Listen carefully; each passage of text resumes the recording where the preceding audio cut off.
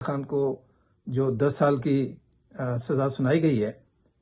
تو اس میں سمجھتا ہوں کہ جو قانونی طور پہ جو عدالت نے جو فیصلہ کیا ہے وہ انتہائی ناقص فیصلہ ہے، اور گو کہ آپ اس کو اس طریقے سے دیکھ سکتے ہیں کہ سائفر کیس میں سپریم کورٹ نے جو ضمانتی فیصلہ دیا تھا، تو اس میں جو ڈائریکشن دی تھی سپریم کورٹ میں، تو اس میں واضح طور پہ سپریم کورٹ نے کہا تھا کہ یہ کیس جو ہے میرٹ کی بنیاد پہ نہیں بنا۔ تو اس عدالت نے وہ جو سپریم کورٹ کی ڈائریکشن تھی اس کو نظر انداز کیا، اور اس کو اس کیس کے اندر کسی طریقے سے مینشن کیا ہوا نظر نہیں آ رہا۔ تو اب جو فیصلہ آئے گا، ابھی تو ججمنٹ ہوا ہے، تو ابھی پتہ نہیں کہ انہوں نے کیا اس میں لکھا ہے، تو وہ آئے گا تو اس میں پتہ چل جائے گا۔ لیکن اس سے ہٹ کے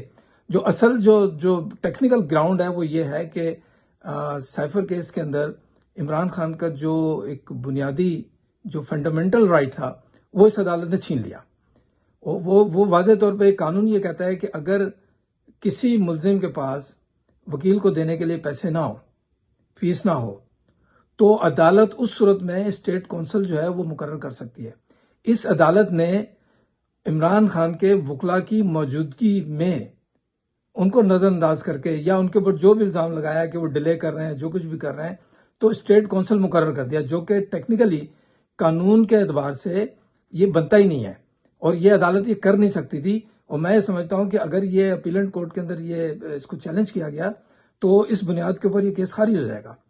اور ایسی صورت میں میرا یہ خیال ہے کہ جو حکومت پاکستان ہے، کیونکہ یہ رٹ جو ہے پاکستان کی بھی بنتی ہے کہ ججز جو ہے جو جس قسم کے فیصلے دے رہے ہیں،